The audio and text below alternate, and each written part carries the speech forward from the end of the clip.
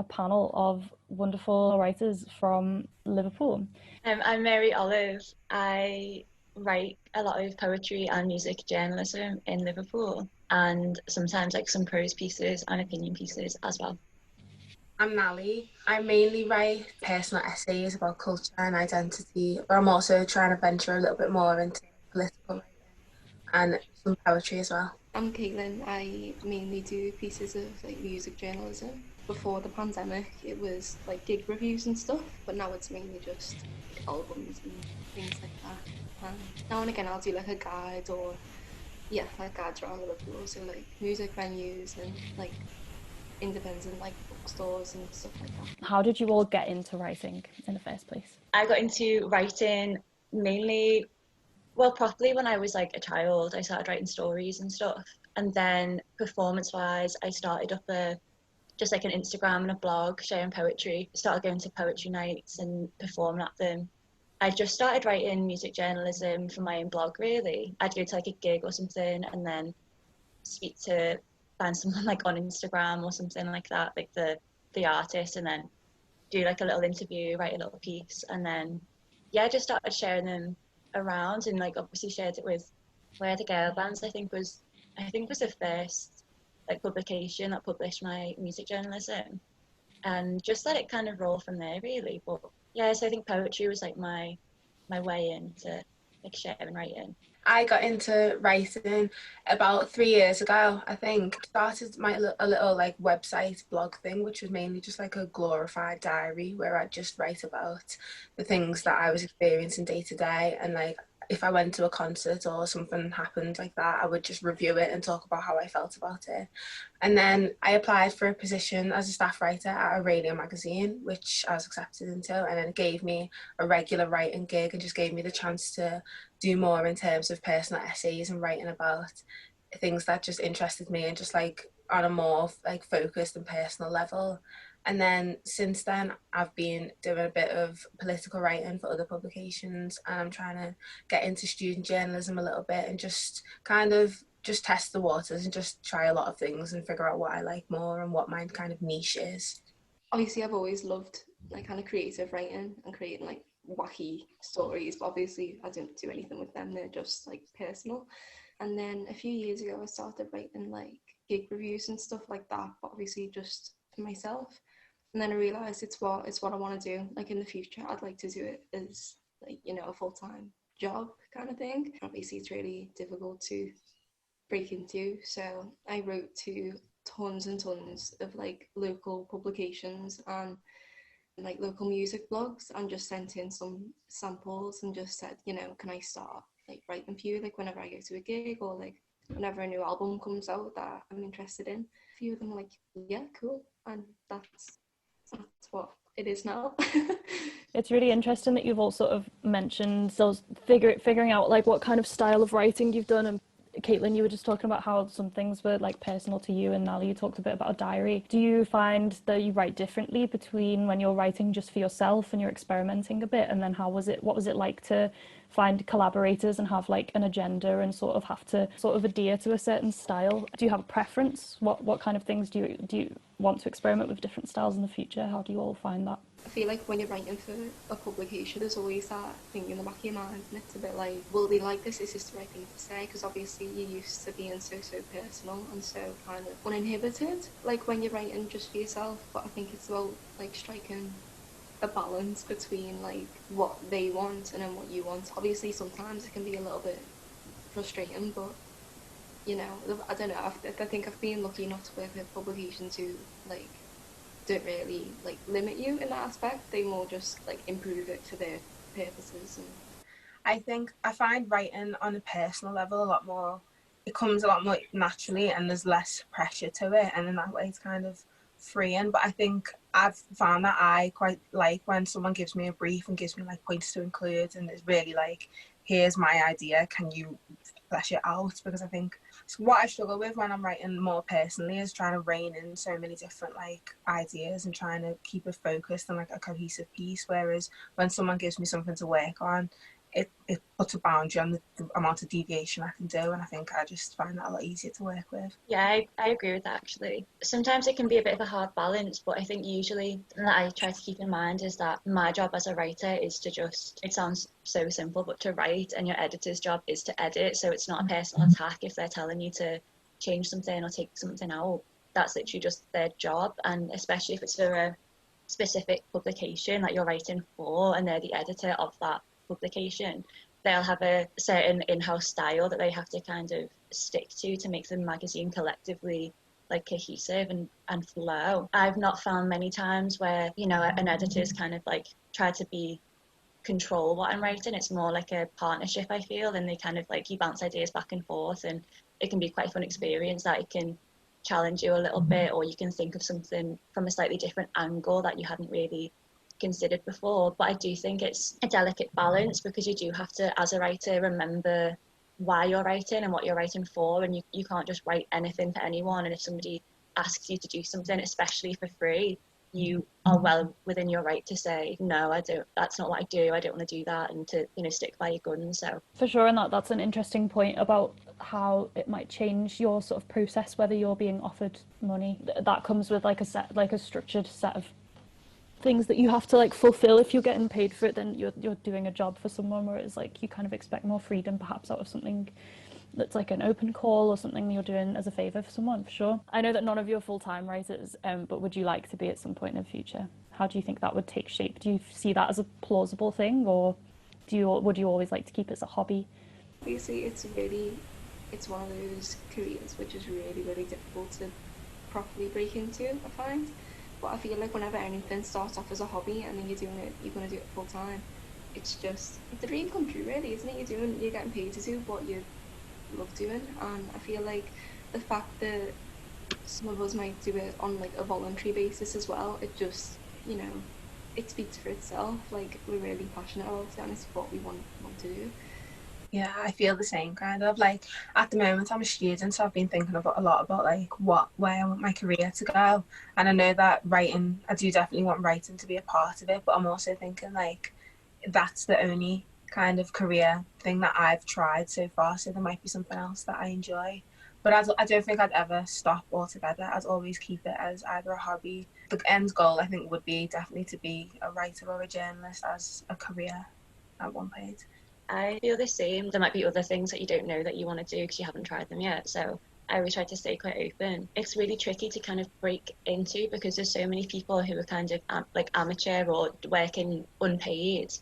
So trying to make that transition into being paid for what you're writing is quite hard. You want to be paid for the work that you're doing, but then also the artists that you're maybe working with, they don't have the funding to pay you, and they might be like an up and coming promotion that doesn't have the money to actually fund their writers, even though they would want to. So it's kind of like a tricky thing to like unpick, and it's a shame because I was working and getting paid for my writing for a while in like an internship, which was great because I had so much time to actually like just write and didn't have to worry about, you know, my income.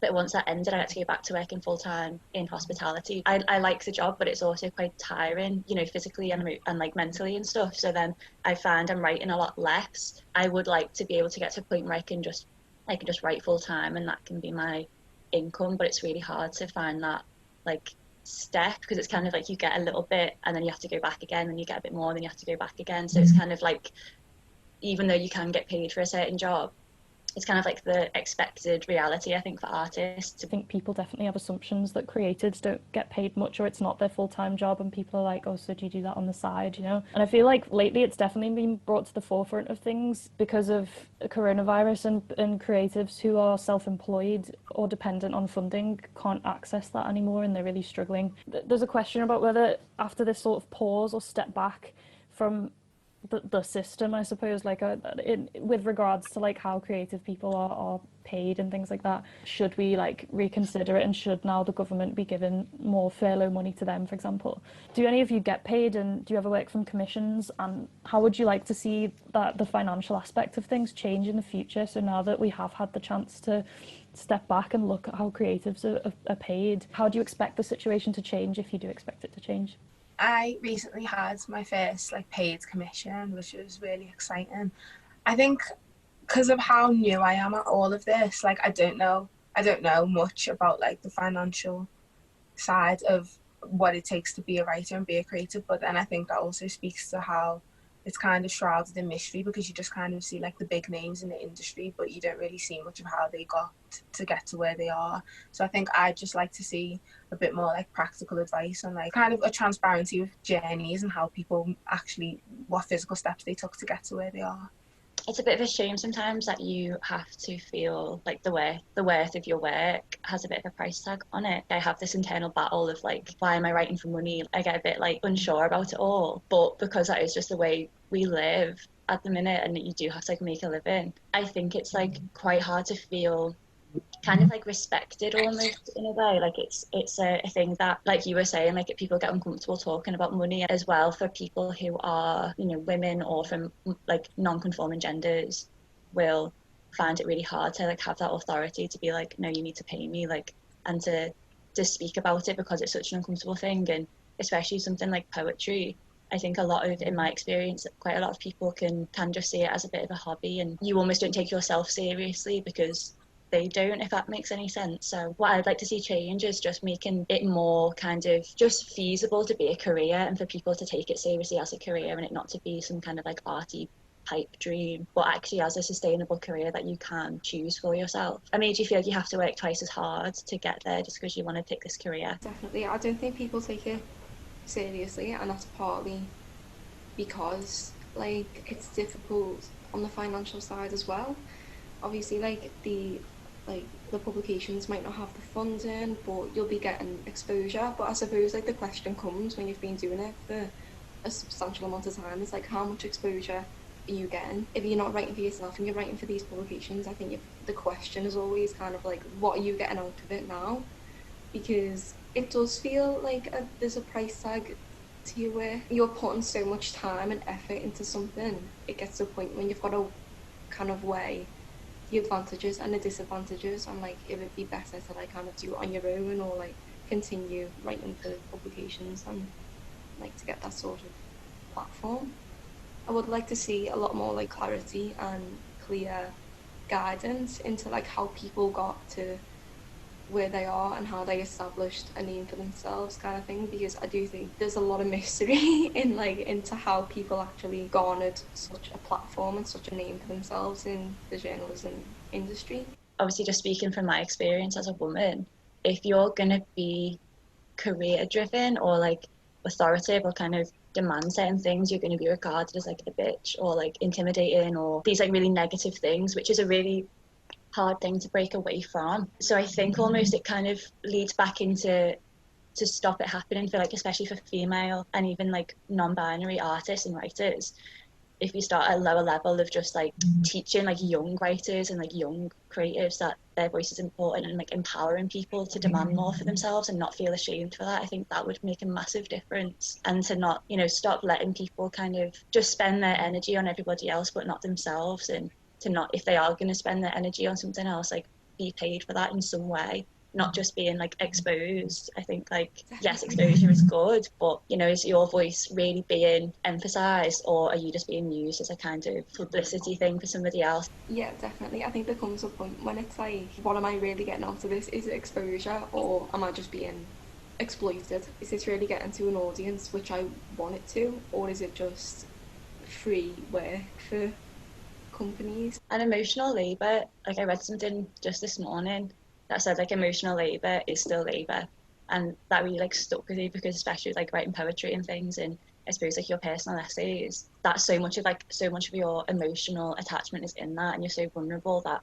that needs to be validated in some way, or just respected enough to not just be like expected that you can just write a poem like this for somebody for no money really quickly. Like it takes so much time and effort to do that. I think it's like there's a balance that needs to be struck, because I do think that voluntary work and like working for exposure can be really valuable if you've got an editor that's like really sensitive in terms of how they edit, and it can really shape you as a writer and help you grow.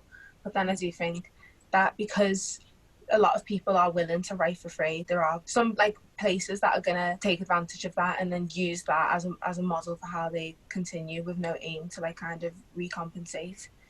which is the issue. But Aurelia magazine, that's for marginalised genders, and I know that Nali as well has recently contributed to Girlbands magazine, which shares the perspectives of women and non-binary people of colour, like in the north, and it's important to be sharing these perspectives and experiences. I understand as well, like Rooted Zine, for example, was established because they were kind of sick of a lack of representation of people of colour creatives from the north in particular, because everything is quite London centric, and there's an idea that sometimes creatives need to get down there in order to like become anything. And I think promoting the creative scene of the north is important, because there's a lot going on up here as well, and people just don't think it's as valid because there's not that like aspect of like a career and this idea of success based on money like attached to it. And obviously social media presence is a great way to represent itself as a collective, where I know I can go to like discover new artists and writers that are part of this same community, like in terms of the north. Yeah, I think it's just great that we have now these like growing platforms to where people who are marginalised can speak on just any range of topics, because I think so often it's like we don't want to hear your voice unless it's popular. So like in June with like this research into the Black Lives Matter movement, there's a lot of publications that generally wouldn't give platform to like a lot of Black writers who were suddenly like scrambling for Black creatives to come and speak on this issue, which is an issue because then it marginalizes those writers even further, because it's like this is your limit and you can only speak on these things. But whereas when we have these new platforms like Aurelia and Rooted and Galdem and all those kind of things, it gives people of colour the scope to just speak on anything and to show that they can like write about their identity, but they can also discuss things that are just what anyone wants to write about, and things that are just aspects of just the human experience. I think it was like really interesting as well what you were just saying about how being given the platform but only for certain things, you're expected to write about this one thing and that's kind of your limit. Speaking from like my experiences, you're kind of seen as like just like a female writer, or like, you know, even in university it'd be like, okay, now we're going to study like a female writer and like women's writing so we can like tick that box on the diversity thing, which is like not the same as actually giving everybody an equal platform to talk about their own truth in whatever way they want to. And it's sometimes more frustrating because you feel like it's quite undermining. When these issues come up, people don't put themselves into the conversation. So say if it's an issue talking about misogyny, there's a lot of men that might be like, oh, but that's not me, and you know, kind of like not realize like they too have to do some work on it. And I think it's an issue across like just the creative scene in general. Has lockdown impacted your work in terms of your creativity? Because often I've found with people it's either taken a backbench or people have had a proper creative surge. I understand writer's block must have affected you all at some point.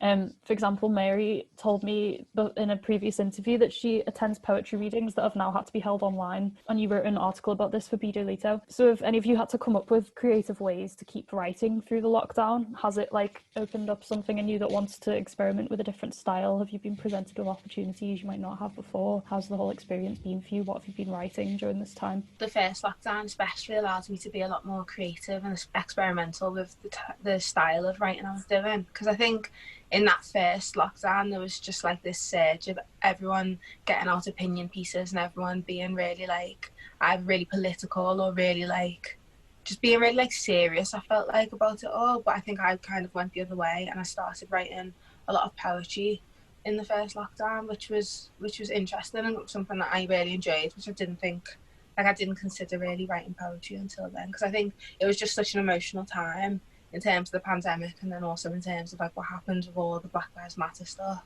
that I just turned to poetry instead of the more journalistic writing that I usually do.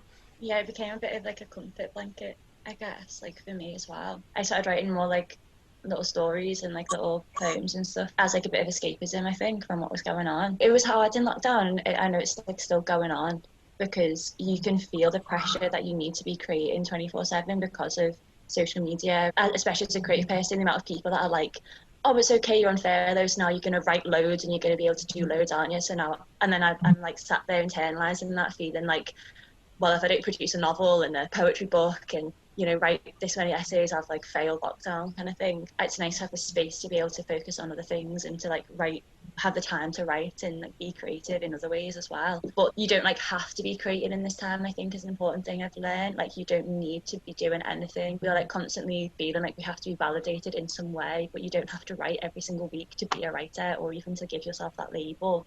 You know, if you're just like nurturing yourself and looking after yourself, and if you want to be creative, be creative and do something, but if you don't, that's also okay, and you don't have to do anything that you're not in the mood for. I think in the first lockdown as well, it was like most prominent because everyone was on furlough and no one was working. I was like, oh my god, if I'm not writing every day or if I'm not doing something, like what am I doing? And it was a panic.